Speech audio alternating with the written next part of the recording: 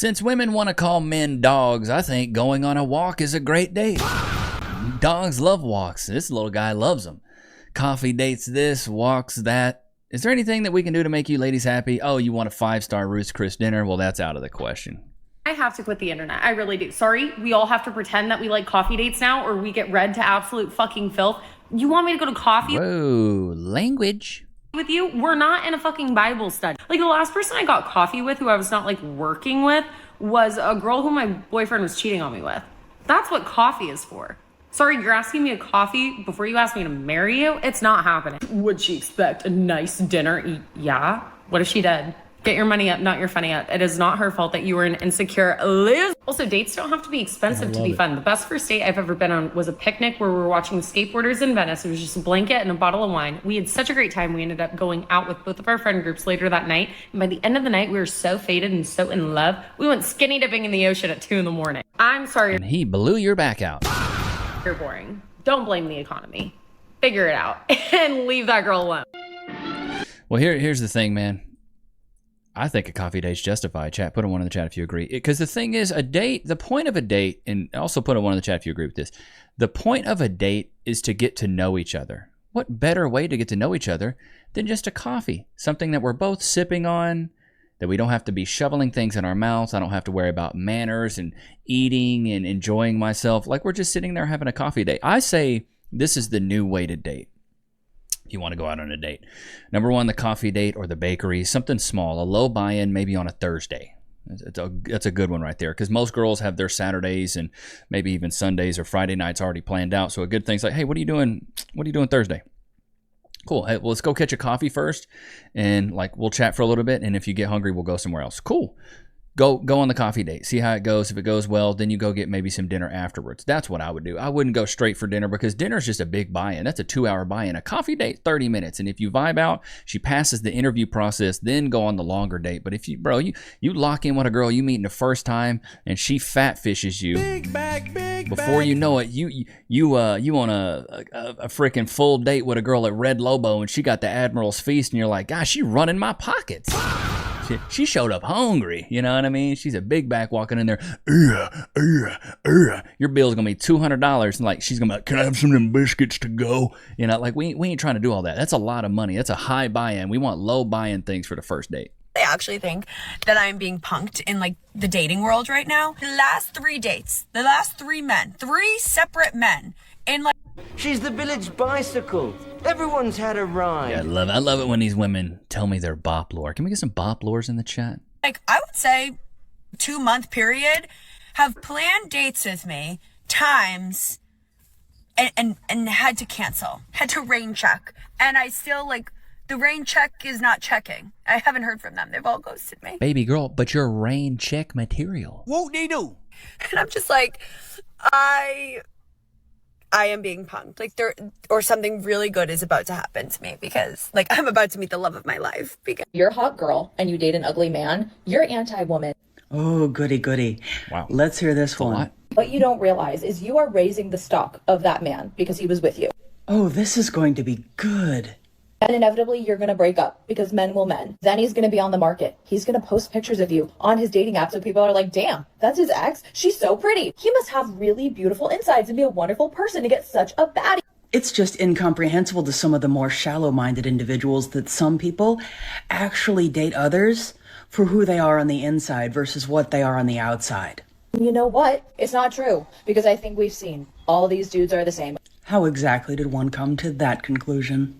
These movies lied. Beauty and the Beast lied. Gaston and the Beast, both very questionable choices, okay? Hunchback of Notre Dame. Number 1, you're a grown woman comparing yourself and your dating life and love life to a freaking Disney movie. Stupid. You're grown. Grow up. I think we saw he just wanted to bang Esmeralda. Ah, I see. They're basing their adult dating choices off of movies they saw as a kid. That explains a lot. Yeah. I am begging all you hot girls, please stop dating ugly men. They do not deserve you. You know, there's a lot of really great guys out there that don't deserve to be treated like this. These guys have inflated egos because of all of you hotties raising their stock when they don't deserve it. Are you investing in worthless securities? Diversify your portfolio. Get a baddie guy. Not believing what they say. Nice guys finish last. No, because they're not nice. And so speaks the voice of experience. But as we have just seen, it is often those people that look attractive on the outside, which can be the most unappealing on the inside. Stop it. Get some help. You know what I mean?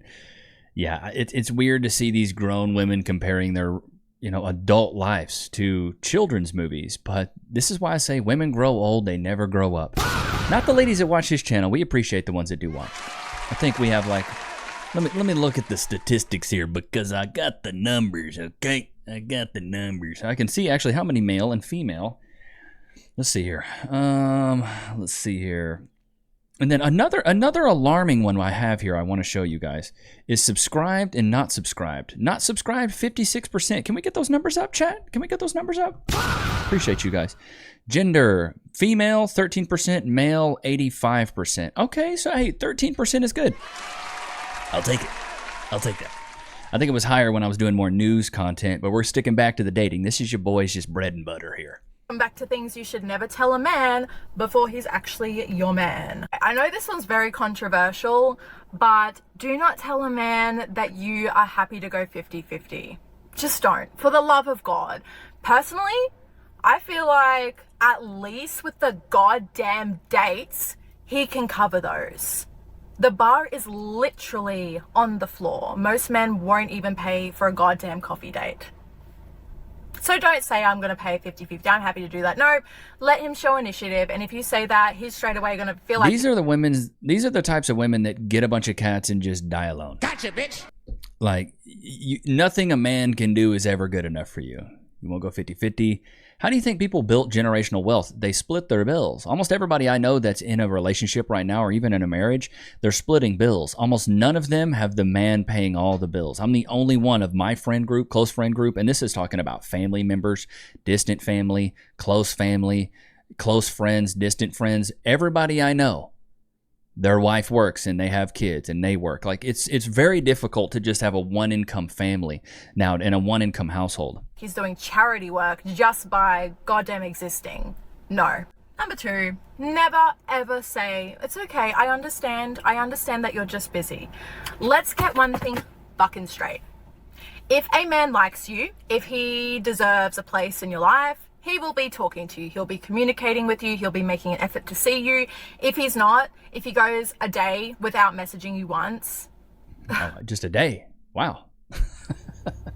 Bitch, be so for real. He's either seeing other women or he could not give less of a fuck about you.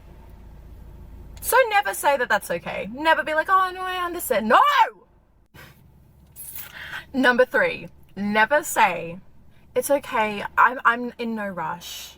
If you happen to find an avoidant man with commitment issues that tells you he just wants to go with the flow, he just wants to see where things go. What are you, a fucking fish?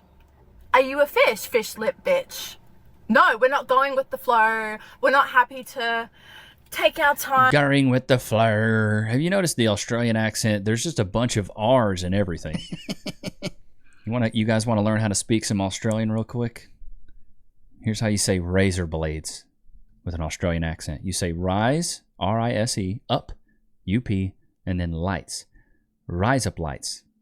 Razor blades, right there, Australian accent. Hey, don't say I never taught you nothing, chat. We're in a rush, okay? Because if you say that, you are going to be waiting for a ring for 20 years. It's never going to happen. You're going to be catching him on Tinder. He's going to be playing around behind your back.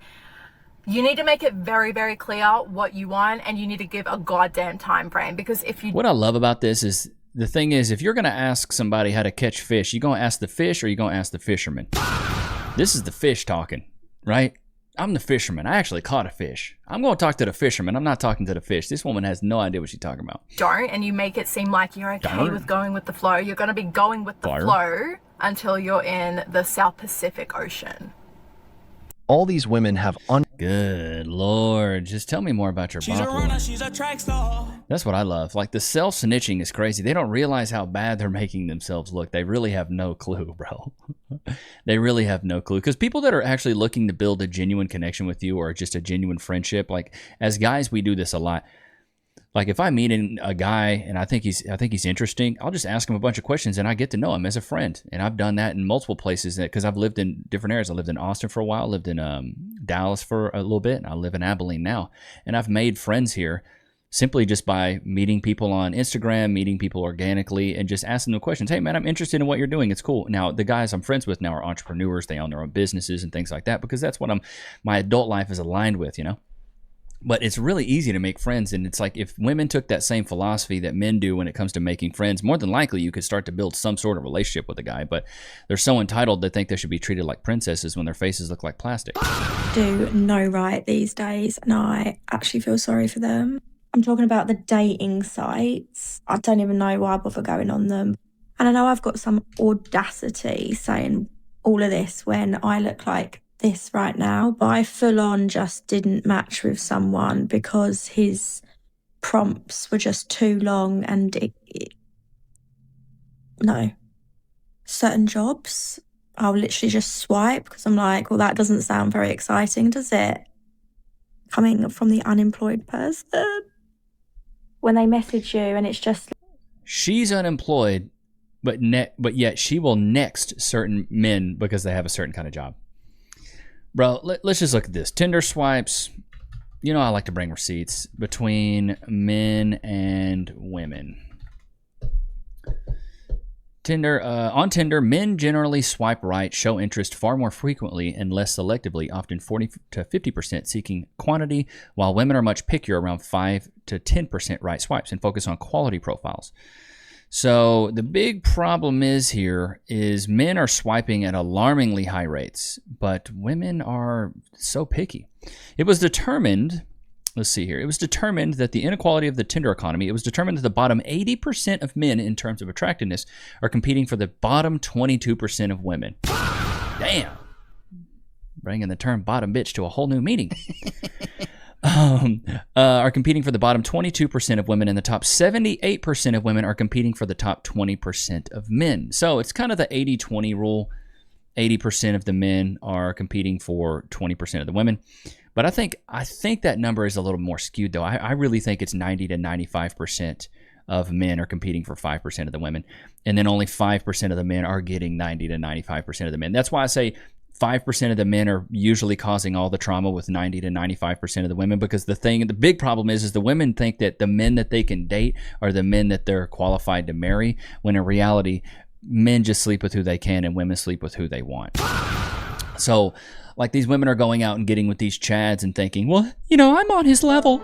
I'm really on his level. Like, I know he's an 8, 9, or 10. He's a 6'5" basketball player. These are the guys that I qualify for. When in reality, he just wants to blow your back out because he wants a different flavor, and his dad used to work at Baskin Robbins. Gotcha, bitch. You know what I mean? He wants his 31 or his 28, or I don't know, maybe Dr. Pepper. I can't remember which one. 31's Baskin Robbins, right, chat? Correct me if I'm wrong. But that's the big problem, is the women think they could date casually are the men that they actually qualify for to marry, and that's not the case. That's not the case at all. You couldn't be more wrong. Like, hi, how are you? No, boring. They've got a picture of them in skinny jeans. That's the Could UK be the way, love though. of my life, but no, I don't know what it is. I'm not finding anyone attractive unless, like, I'm on the dance floor having like a little dance, having a little vibe with someone. Like, these dating sites. Not it. Nah. The dating sites are not it, yeah. I just can't take it anymore, you know? It's not it. All right, let's see what we got here. To be dramatic, but I'm quitting Hinge. I've not even been on a date, and I can't be asked anymore.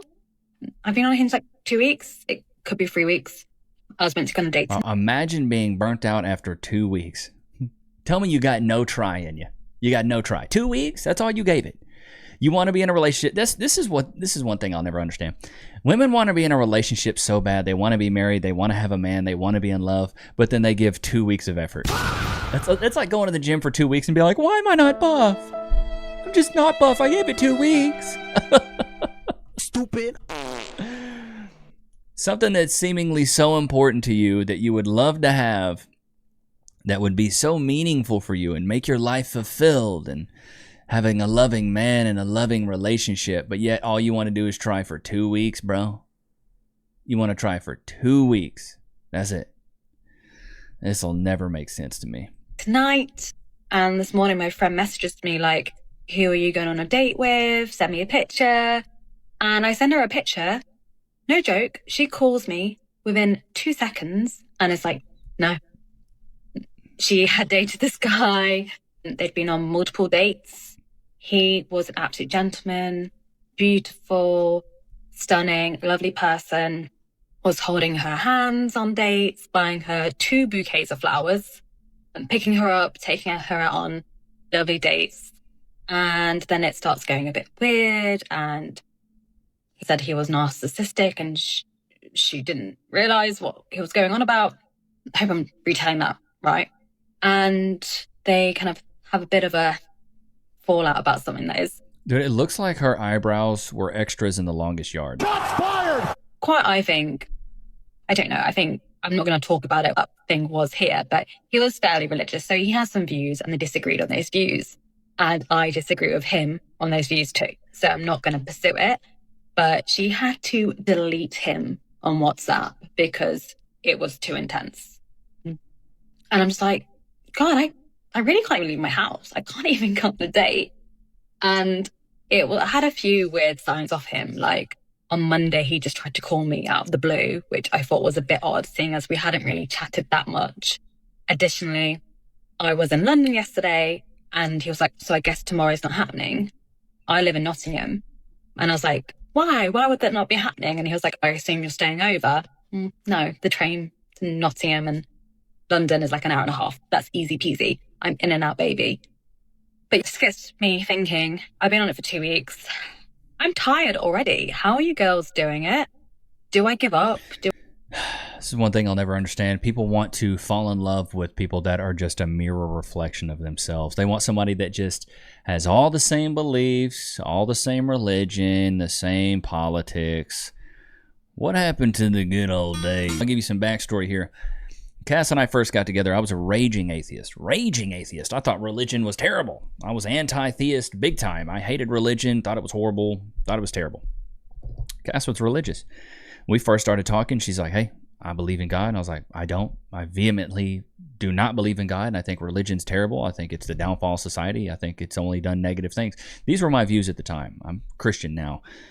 But we were on completely opposite sides of the world when it came to religion, but yet we still fell in love. Now, politically, we're still pretty based, but there's still certain things we don't agree on.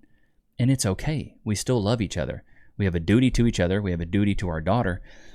But it seems like people nowadays are so childish that they only want somebody that is exactly like them in every way. And if that's what you're always looking for, you're always going to be let down. Gotcha, bitch! Because what's the likeliness that you're going to find somebody that is interested in everything that you're interested in? It's like a pregnant woman on welfare. It doesn't work that way. You're not going to find somebody that agrees with you on everything. It's just like even in your friend group, chat, put a 1 in the chat if you have this in your friend group. Even in your friend group, you probably have guys that don't agree on everything. Even in my really close friend group, I got a guy that's a professional drummer, a guy that's a land surveyor, and another guy that's a coach and a teacher. And then I'm a YouTuber. We're in 4 completely different professions. I couldn't go and do one of their professions just like they couldn't go and do mine. Like, we all have different areas of expertise, but yet we were all raised in the same town. We were all raised doing the same stuff, hanging out all the time, but we're all so different. That's the beauty of it, is the difference that we have. That's the beauty of it. But it seems like women, when it comes to dating, they just want a guy that ticks off all the boxes and is exactly like them in every way. And that's why they stay alone for so long, because they're so picky. These picky Vickies think that they're going to be able to find a guy that is exactly like them. But almost biggity bet you, if they did, they'd still be unhappy, dude. They'd still be unhappy. Do I continue? It's big out here. People weren't lying. No one It's big out here. I'll show you something big, baby girl. watches you more than the guy that you dated for 2-3 months that like kind of ghosted you, but then you like saw him again after a bit and then, ghosted you again. It didn't work. And then he gets married. No one watches you harder than that guy. I'm telling you. What I wonder is, what kind of men... No, I ain't watching none of those chicken-headed females. I ain't looking up y'all, bro. I got bigger fish to fry. I got a daughter. I got a wife. You know, I got things to do. I got people to take care of, bro. The last thing I'm worried about is what y'all's doing. I discovered that my ex-boyfriend had a family group chat without me. So compared to many nowadays, I thought... Bro, she looks like she's an extra on The Grinch. She's one of the Who. She's Cindy Lou Who's older sister, Mindy Lou Who. I thought my relationship was pretty healthy. Me and my boyfriend had no issues. Are we putting makeup on our necks and like chests now? I thought it was just face makeup. Now, what is going on? We were pretty calm, just pretty normal standard partnership. We didn't really argue. We had bickers over who would put what on TV. Until one morning I was making him breakfast and he left his phone in the kitchen with me to go and have a shower, which was not out of the ordinary. He was pretty open with his phone, another green flag in my opinion. So I saw a text message come up and of course I wanted to look and see what it said. And there was a chat that came up on WhatsApp that said the main four. So I thought it must be one of these boys group chats. It must be one of these, I don't know, football group chats or something. I put the phone down and I didn't really think much more of it until I saw another message pop up and I thought, this is really popping for a Sunday morning. So I looked again and the next message said, make sure she doesn't see this. So I thought, well, the only she in his life is I. So of course, curiosity killed the cat. I looked. So little did I know, this was not a football group chat that all of his mates were cutely chatting in. Strange. So I opened the chat thinking, oh, maybe I shouldn't do this. Maybe this is a surprise for me. Don't tell her. I've always got on with his family fine. So I never thought there would be anything like this. I click onto the chat to find out it is basically a slander group for me. There was messages saying, don't let her move in. Don't give her the key. She's too emotional. She's going to wreck your friendship. She's going to do this. She's going to do that. I'm just over here existing. The main points that I grasped from this group chat were, his mum thinks I cry too much. His sister thinks I'm too emotional, and his dad thinks that I'm going to become overweight. And then we got to the worst part. So I scrolled up a bit. I was kind of waiting for my boyfriend to come out of the shower so I could go, what is wrong with your family? Why have they done this? I wasn't particularly annoyed at him because there wasn't much of him there. Until I scrolled up enough to find my boyfriend had sent a picture of me asleep on the sofa saying, she's snoring again, I might run away. Best believe this man is lucky that he is here to see another day. So, of course, I confronted him as soon as he got out the shower, and his excuse was it was all a joke and that nothing had come, like, was going to come from it. It was just a complete joke and there's nothing else about me in the group chat. It was just that little section as a joke. So I said the only way that I will forgive him for this group chat is if he lets me sit here and open it all. Because if that's the only part about me, why would that be an issue? So reluctantly, he let me. And what can you guess? This group chat had been going on for 8 months.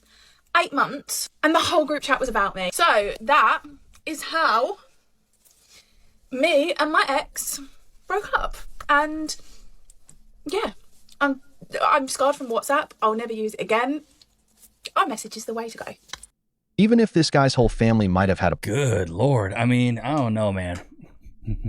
Dogging your partner for that long, 8 months, is crazy work, but... That's wild. Keeping all those receipts, not a good idea. Not a good idea, brother. Yikes, bro. I don't know. That's crazy. Personally, for me, I wouldn't have. Well, I don't talk. If I'm saying something bad about Cass, I'm gonna tell her to her face. So I don't know. This is weird. So the title of this one, let's switch gears a little bit. A doctor that actually speaks Gen Z. I'm really honest with them, and usually they just like look at me like naughty, like you should quit. I've never had a doctor like, he went for like 5 minutes. He was like, why would you do this to yourself? You will get cancer. There's not, you might. It's not like, oh, 1 in 10 smokers. You're vaping, you're getting cancer, babe. Like, your heart's gonna give out. And then he was like, have you ever told a guy, it's not you, it's me? Why did he say that? And I was like, yeah. And he was like, huh, do guys come up to you while you're smoking or are they repulsed? He was like, you've got to stop smoking because you're the one that's supposed to be out here breaking hearts. But now these boys are too disgusted to even come up to you because you're smoking. And you're breaking your own heart by smoking. And you're meant to be out here putting men in their place, saying it's not you, it's me. But they're too disgusted to even come up to you because you've got a cigarette in your hand. And I was like, oh my God, you've come at me from every angle. So anyways, all that to say, I don't think that these things are coincidence. I've never had a doctor really give me a speech on smoking before. I never had an Uber driver who had a heart attack a week ago, and I've never had both those things happen in the same day. So anyway, like the universe is actually pleading with me. And I'm gonna listen to it and respect that because shit's real. And my prefrontal cortex is like developing to like risk assess things properly, and I'm realizing, and I know this is gonna sound so crazy, but I think like smoking might be bad for me. You think that smoking might be bad for you? Stupid. You'll be dumber than a bag of dildos to not think that. Bro, if you smoke, please stop. Please stop smoking. It's not a good idea. It's never a good idea. You know, if you want to do it when you're young because you're rebellious, but, you know, I say part of the reason I look young is because I do intermittent fasting, and then I don't smoke and I don't drink a lot. I do now. Hey, I like me a good old Scotch and whiskey. You know, go out there and tear up some Woodford Reserve. You know, I like whiskey every once in a while, but this is like once a week, maybe on occasion. I'm not doing this all the time.